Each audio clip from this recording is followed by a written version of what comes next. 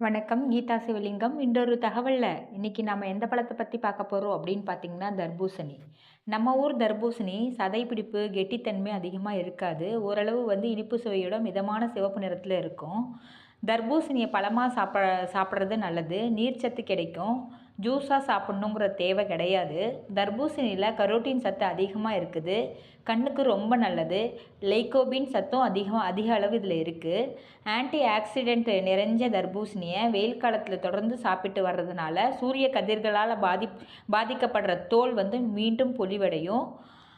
இது weight loss பண்ணுறவங்களும் இதை எடுத்துக்கலாம்.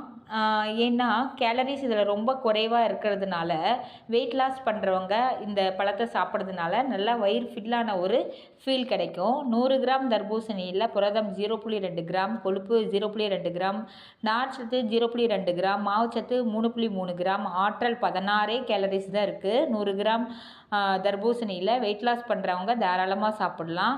Thiamine 0.02 milligram, riboflavin 0.04 milligram, niacin 0.1 milligram, calcium 11 milligram, phosphorus 12 milligram, இரும்புச்சத்து 7.9 milligram, vitamin C 1 milligram, magnesium 13 milligram, sodium 27.3 milligram, potassium பார்த்திங்கன்னா 160 milligram இருக்குது. ரொம்ப உடம்புக்கு நல்லது. உடலை குளிர்ச்சி ஏற்படுத்தும். தர்பூசணியை சாப்பிட்றது ரொம்ப நல்லது. நன்றி.